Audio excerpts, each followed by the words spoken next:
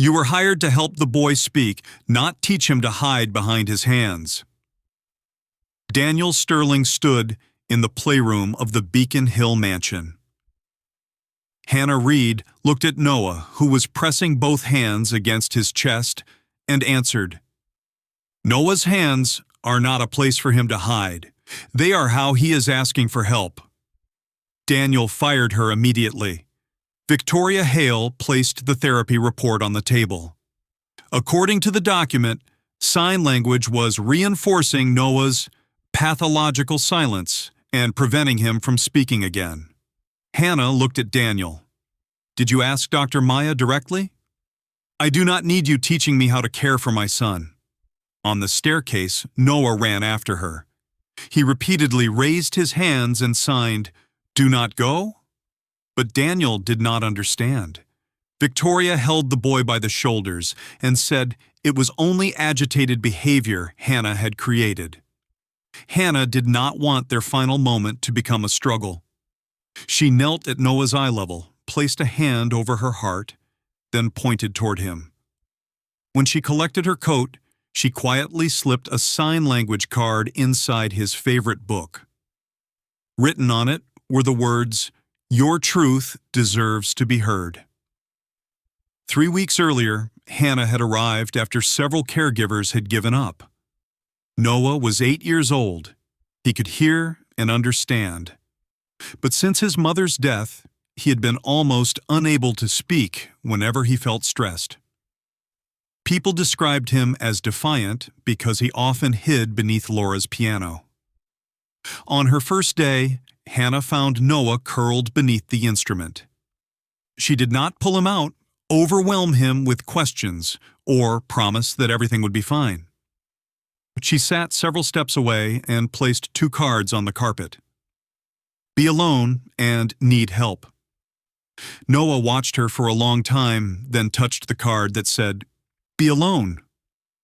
"All right," Hannah said. She moved farther away and read a book in the corner so he could see that his choice had been respected. The following day, Noah came out on his own when she brought breakfast. Hannah began using picture schedules and simple choices so he would know what was going to happen. She taught him several signs from American Sign Language, including hungry, stop, afraid, mother, and help. These words allowed him to express his needs instead of suffering until he panicked. One morning, a vacuum cleaner started outside the hallway. Noah covered his ears. His breathing became rapid, and his hand reached toward a cup on the table. In the past, he often threw objects during moments like this. This time, he looked at Hannah and awkwardly signed, "Afraid" and "Stop." Hannah immediately switched off the machine, opened a window, and sat at a safe distance. She did not praise him as though he had performed for her. She simply said, "I understand." It was the first time Noah realized he could change what was happening without forcing a sound from his throat. Hannah documented his progress and sent it to Victoria, requesting a joint discussion with Dr. Maya Chen. Victoria replied that she would handle it with the family. Hannah believed that promise meant Daniel had been informed.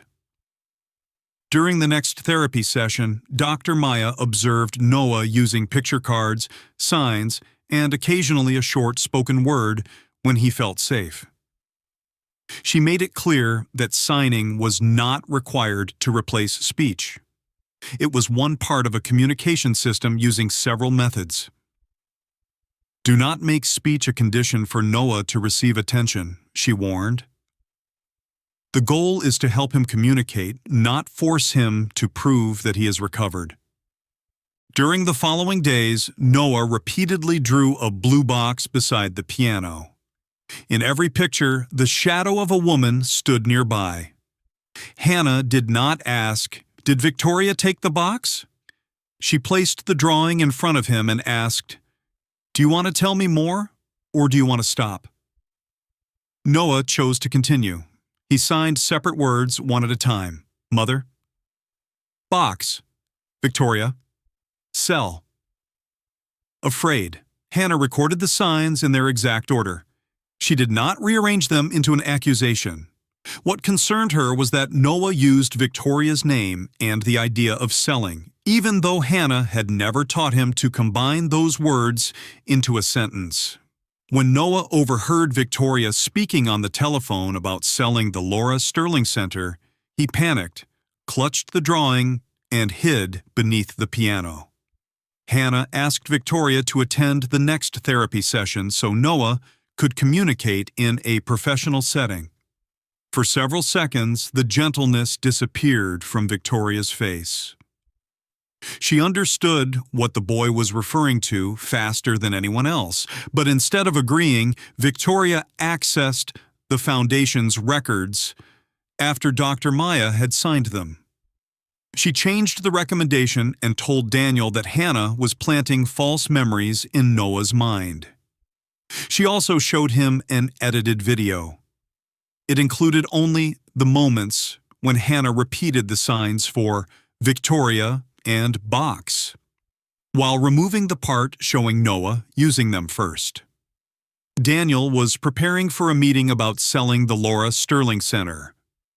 The idea that Hannah had exceeded her authority gave him a more convenient explanation than entering his late wife's room and asking his son what was frightening him. He did not call Dr. Maya. He returned home and fired Hannah. Now, as the mansion doors closed behind her, Noah remained on the staircase, his hands still repeating, "Do not go." Daniel saw only his son's silence. Victoria saw a witness who was slowly learning how to tell the truth. That evening, Eleanor Sterling reviewed the therapy records and noticed that the language sounded unusually different. She called Dr. Maya directly. "Why does the report carrying your signature say Noah was forbidden from using sign language?"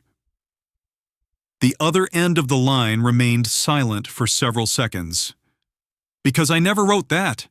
Dr. Maya opened the original report from the clinic's private system and placed it beside the document Victoria had given Daniel. One version encouraged Noah to use signs, pictures, and voluntary speech. The other claimed that signing reinforced his pathological silence. The data showed that the restriction against sign language had been added after Dr. Maya signed the report. It had been uploaded through an administrator account belonging to the Sterling Children's Foundation. Eleanor immediately demanded that Daniel suspend the sale of the center. He still refused. "One altered report does not prove that Hannah did not influence Noah," Daniel said. "We cannot stop everything because of suspicion." But what happened after Hannah left made even Daniel begin to question himself. Noah stopped using picture cards, avoided looking at his father, and hid his hands beneath the table whenever Victoria entered. He no longer signed hungry or afraid, as though every bridge he had just discovered might cause someone else to disappear. Eleanor found the card Hannah had hidden inside his book. "Your truth deserves to be heard." She did not question her grandson herself. She took the card to Dr. Maya. During a professionally documented therapy session, Dr. Maya placed a picture board in front of Noah and gave him several choices. He could sign, point to a picture, or refuse to answer. Hannah was not present, preventing anyone from claiming she had directed him. Noah stared at the card for a long time. Then he raised both hands and formed a sequence of signs on his own. Victoria, blue box, mother, piano, do not sell. Daniel watched every movement, awkwardly recognizing several signs Dr. Maya had recently taught him. The hands he once believed were a place for his son to hide were now pointing toward a room, an object, and a decision the adults were preparing to make. Dr. Maya did not ask what Victoria had done. She only said, "Do you want to show us where?" Noah left the room and led her, Daniel, and Eleanor to the room containing Laura's piano. Daniel stopped outside the door. For an entire year, he had avoided that room because every key reminded him of his wife's final telephone call, which he had missed while attending a meeting. Noah placed a hand against the piano. Behind one wooden panel was a hidden compartment. The blue box was gone. Inside were only a small key and a piece of paper marked LS14. Eleanor opened a copy of the document inventory Laura had left behind. Entry LS14 had been marked destroyed at the founder's request by Michael Grant, the Foundation's longtime lawyer. But Laura's signature did not appear beside the entry. Daniel questioned Victoria about the code. She calmly said Laura often stored sentimental objects, and Hannah might have heard employees discussing the piano compartment. Noah should be placed in a short-term residential facility, Victoria said. Separate him from this influence before the meeting. Daniel looked at her. For the first time, he realized that every solution Victoria proposed moved Noah further away from the decision to sell the center. At the same time, Hannah received a severance offer. In exchange, she had to sign a statement admitting that she had used sign language against professional recommendations. She put down the pen. I was wrong to begin teaching several signs before receiving written approval. But I will not sign a statement that turns something Dr. Maya never said into the truth. Hannah refused the money and gave her complete work journal to Avery Cole, an independent trust attorney invited by Eleanor. When Eleanor requested a delay in the vote so they could investigate LS14, Victoria did not stop. She moved the meeting to an earlier time. Avery traced the code to a notary office. The index, seal, and delivery records confirmed that LS14 was an amendment to Laura's trust. An electronic backup also remained on an older system belonging to the law firm that had once represented her. The amendment prohibited the sale of the Laura Sterling Center to a commercial organization. It also required Noah's assets to be supervised by an independent board. Michael argued that the electronic version was not legally sufficient because the paper original had been destroyed. However, the law firm's records showed that he had transferred an item described as a blue document box into off-site storage, then changed its identification to an unrelated case number. Another piece of evidence appeared when the security company restored hallway footage recorded after Laura's funeral. The video showed Victoria carrying the blue box out of Laura's room and giving it to Michael at a side entrance. Dr. Maya also discovered that the company preparing to purchase the center was controlled by an investment fund financially connected to Victoria's brother. Daniel wanted to confront them immediately, but Avery stopped him. If they learn that we have found the chain of custody, the box may disappear again. We must preserve the evidence first. The meeting to approve the sale began early. Victoria and Michael believed Noah was still in therapy, so they repeatedly pressured the board to vote. Eleanor entered with Dr. Maya, but Daniel looked around and still could not see his son. Just as Michael distributed the voting documents, the conference room door opened. Noah stood there holding Hannah's card in one hand and his drawing of the blue box in the other. No one had pulled him into the room. He had chosen to appear. Victoria jumped to her feet. "Take the boy outside." Noah looked directly at his father, raised both hands, and signed a word Daniel had just learned from Dr. Maya. "Stop." Daniel understood without an interpreter. But Noah continued signing. Dr. Maya turned toward him. "Your son is asking to speak. This time, are you willing to listen?" Daniel ordered the vote stopped. He did not force Noah to stand in the center of the room. Instead, he knelt at his son's eye level and used the few signs he still performed awkwardly. "Dad is listening." Noah looked at him, then slowly began to sign. Dr. Maya interpreted. "Victoria took Mother's blue box. She said that if I told anyone, Hannah would disappear." Victoria objected immediately. "Hannah taught him this story. Noah is under stress. Remove him from the room." Daniel did not stand. Dr. Maya explained that Noah had used the same sequence of signs during a therapy session when Hannah was not present. Every question had been documented as open-ended, and Noah had been free not to answer. She displayed the two versions of the therapy report on the screen. The original encouraged communication through several methods. The version given to Daniel prohibited sign language. The change had been made after Dr. Maya's signature through a personal device assigned to Victoria. "Any foundation administrator could have used that device," Victoria said. "Then we will not reach a conclusion from one access record alone," Avery Cole replied. "We will examine the entire chain of evidence." Avery presented the notarized index for LS-14, the electronic backup, and the inventory Laura had left behind. The amendment was read before the board. The Laura Sterling Center could not be sold to a commercial organization. Any change in its purpose required approval from an independent board. Noah's assets could not be controlled solely by Daniel, Victoria, or any future guardian. Michael Grant stood. "There is no original paper document. An electronic copy is not enough to stop the transaction."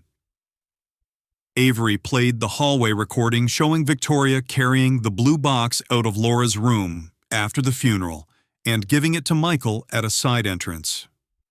The law firm's storage records showed that Michael had changed the box code from LS-14 to an unrelated case number.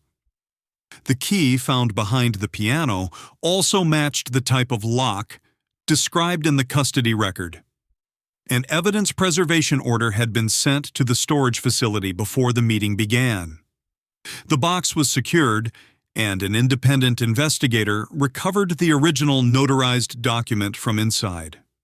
Financial records also showed that the company planning to purchase the center was connected to Victoria's brother.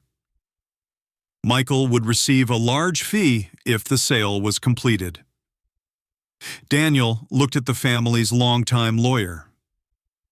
"This is your final opportunity to tell the complete truth." Michael claimed that he had only followed Victoria's instructions. But the email chain showed that he had personally advised her on how to remove the amendment from the records and change the box code so it would not be discovered. Daniel stood. "The vote is canceled. The entire transaction is suspended." In front of the board, he removed his engagement ring, placed it on the table, and ordered Victoria removed from every foundation position. Her access to Noah was ended while the records were transferred to investigators. Michael's system access was locked, his role as legal counsel was terminated, and his conduct was reported to the professional authorities. There was no immediate conviction. Victoria and Michael would be investigated for fraud, concealment of documents, alteration of records, and conflicts of interest. But their control over the center and their ability to silence Noah had ended. Daniel did not describe himself as the man who had saved Laura's legacy. "I signed documents without reviewing them properly. I missed my son's therapy sessions and trusted Victoria because that was easier than facing my grief. I fired the person protecting Noah's right to communicate before speaking with his doctor." He turned toward his son and apologized using both speech and sign language. He did not ask Noah to answer, speak aloud, or forgive him immediately. After an independent review, Hannah was cleared of wrongdoing. Daniel invited her to return, but she gave him 3 conditions.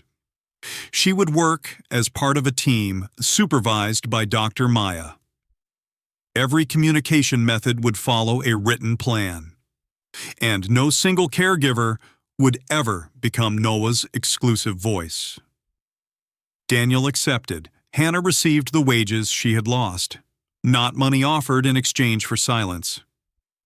She continued working toward her certification in specialized communication support.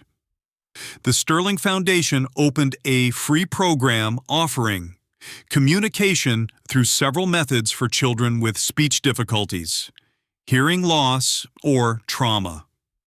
The board added parent representatives, therapists, and people with disabilities. Daniel could no longer approve major asset transactions by himself. Several months later, Noah still used American Sign Language, pictures, and choice boards. Sometimes he spoke a short word when he felt safe, but no one required him to perform his recovery for others. Daniel rearranged his work schedule so he could attend 1 therapy session every week and learn sign language beside his son. At the Laura Sterling Center, Noah looked at the drawing of the blue box that had been preserved as evidence. He chose to place it inside a drawer, then drew a new picture showing himself, his father, and Hannah, speaking with their hands. Daniel sat beside him and signed, "Dad is here." Noah did not speak aloud. He signed back, "Stay." Daniel did not look at the clock. He stayed. Noah did not need to recover the voice he once had, when his hands, pictures, and right to remain silent were respected. He had already possessed a voice for a long time. What would you do if a child could not speak aloud but repeatedly communicated through signs or pictures? Would you stop and listen? Share your thoughts and subscribe to Stewart Stories to continue following stories of love, hope, and justice.